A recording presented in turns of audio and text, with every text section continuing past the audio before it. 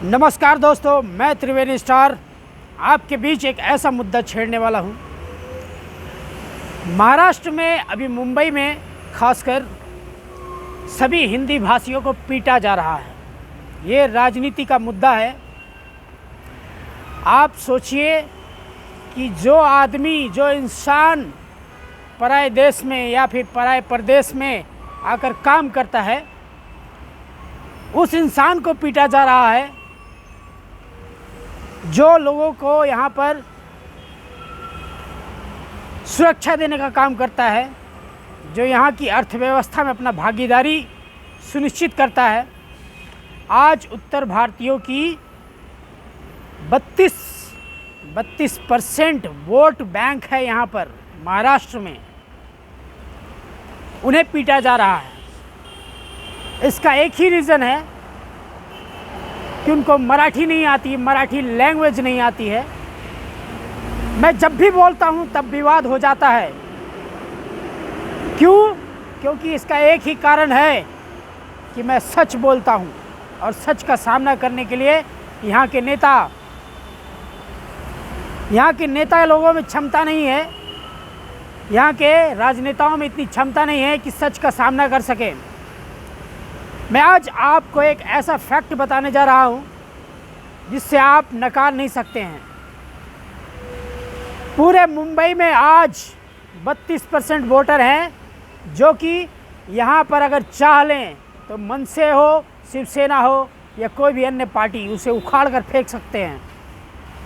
लेकिन यहाँ के नेताओं को ये समझना पड़ेगा कि जो वोटर उत्तर भारतीय हैं, बिहार, यूपी, एमपी से आकर यहाँ काम करते हैं या अदर स्टेट से, अगर उनको मारा पीटा जाएगा, अगर उन्होंने चाह लिया, अगर उन्होंने मुंबई खाली कर दिया, तो यहाँ मराठियों को फ़ायदा हो जाएगा, उन्हें नौकरियाँ मिल जाएगी। दूसरी बात, उन्हें ज़्यादा वेतन मिलेगा। यही चाहते हैं महाराष्ट्र के जितने भी राजनेता हैं, बराबर। ये बात फैक्ट है।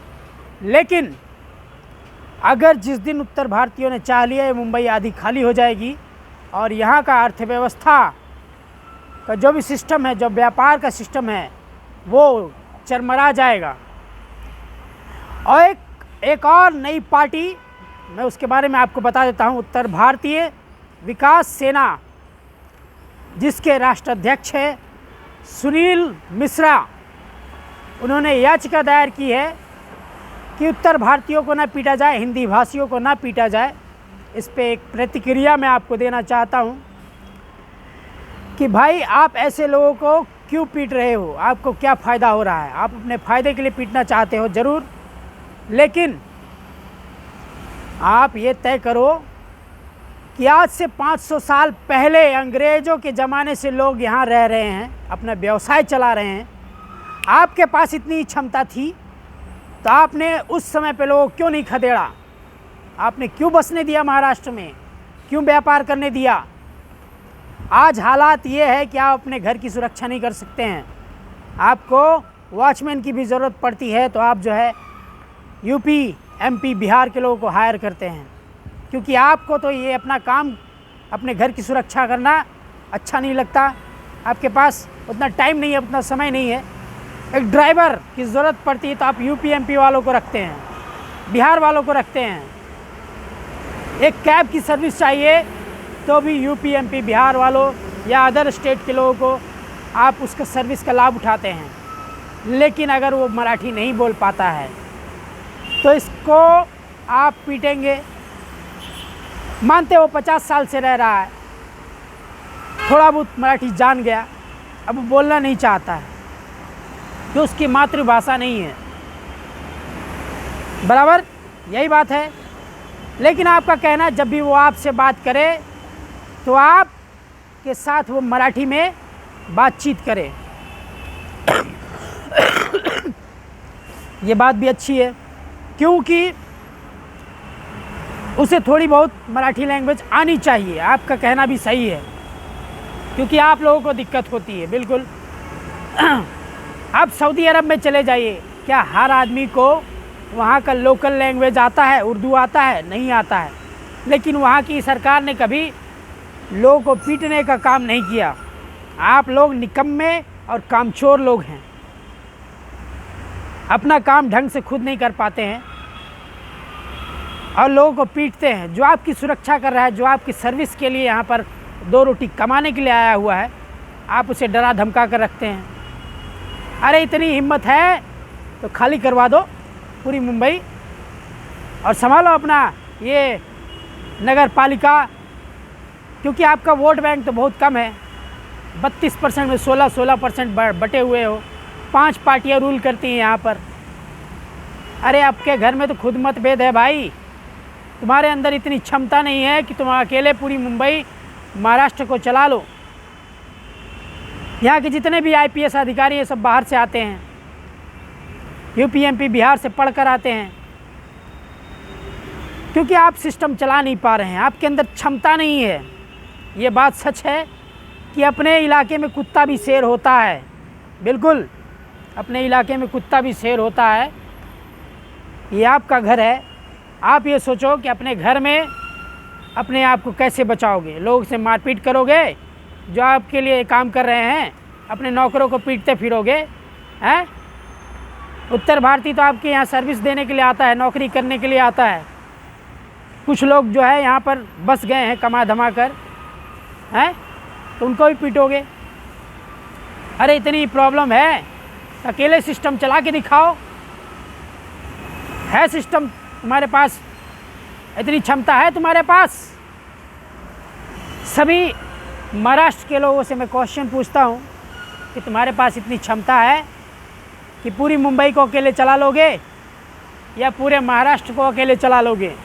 तुम्हें अदर स्टेट की ज़रूरत नहीं पड़ेगी या फिर तुम कभी अदर स्टेट नहीं जाओगे।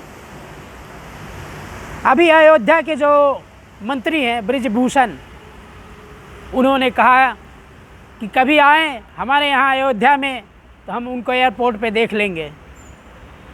फिर उन्होंने बयान बदल दिया कि आपका स्वागत करते हैं। तो ये ऐसी बयानबाजी सिर्फ नेता कर सकते हैं, हमारे जैसे लोग नहीं।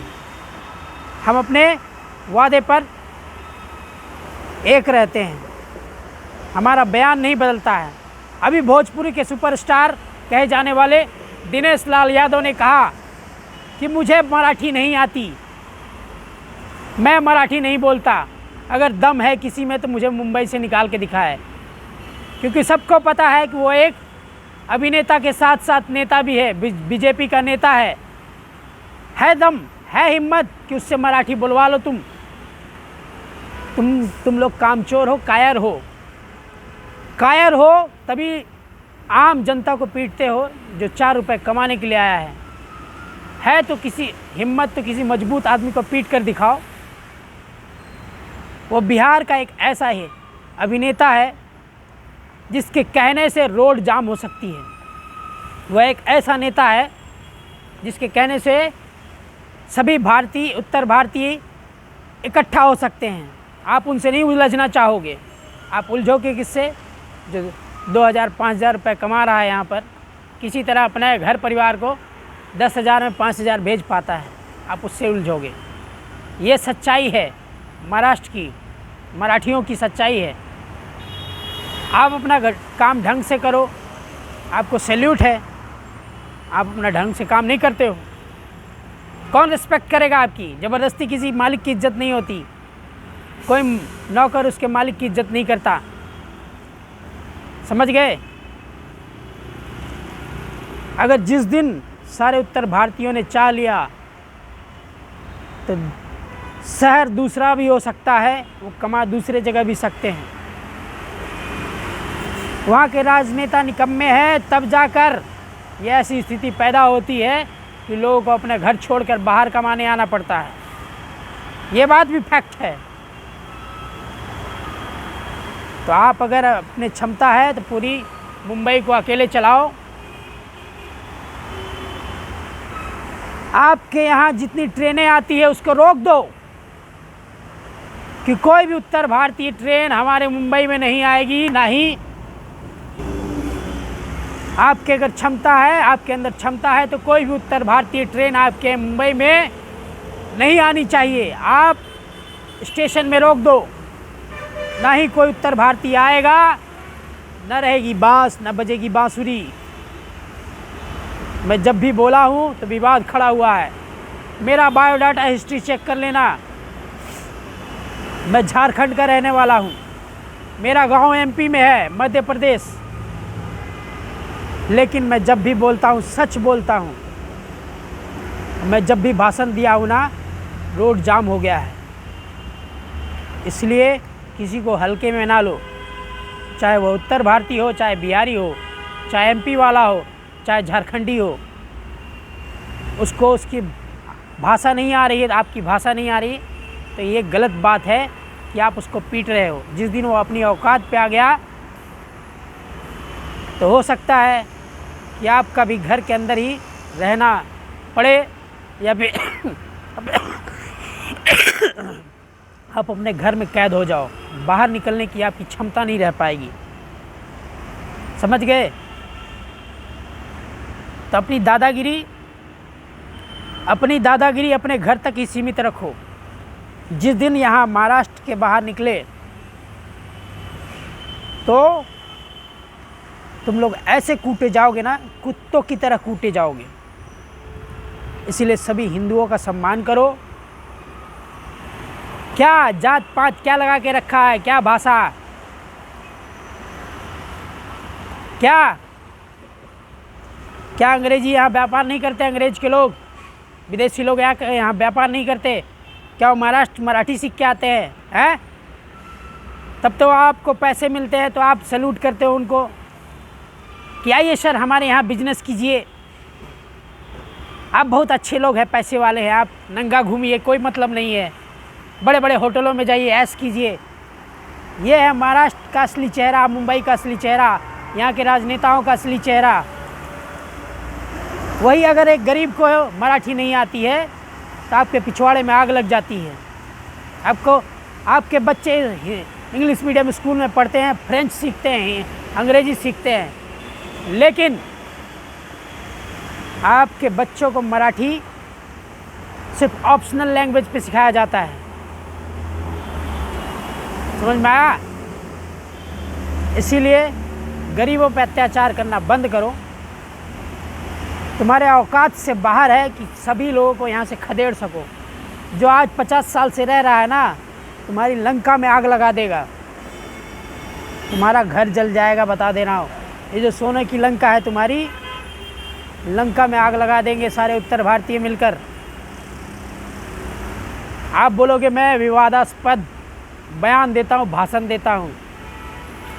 ये भाषण देना ज़रूरी है क्योंकि लोगों के दिल में जिस दिन आग लगेगी ना, तुम्हारे घर में आग लगा देंगे। इसलिए अपने घर को मजबूत बनाओ, लोगों को प्यार से रखो और सम्मान करो एक एक नागरिक का जो तुम्हारे यहाँ रह रहा है, तुम्हारी सुरक्षा के लिए काम कर रहा है, तुम्हारे लिए सर्विस दे रहा है। समझ में आया? अगर है क्षमता तो पूरा सिस्टम अपने अकेले चला के दिखाओ। है मराठियों में इतनी कुवत? नहीं है। सच का सामना करने की कुवत सारे मराठियों में नहीं, सारे राजनेताओं में नहीं है। चाहे वो राज ठाकरे हो, चाहे वो उद्धव ठाकरे हो, चाहे कोई भी हो।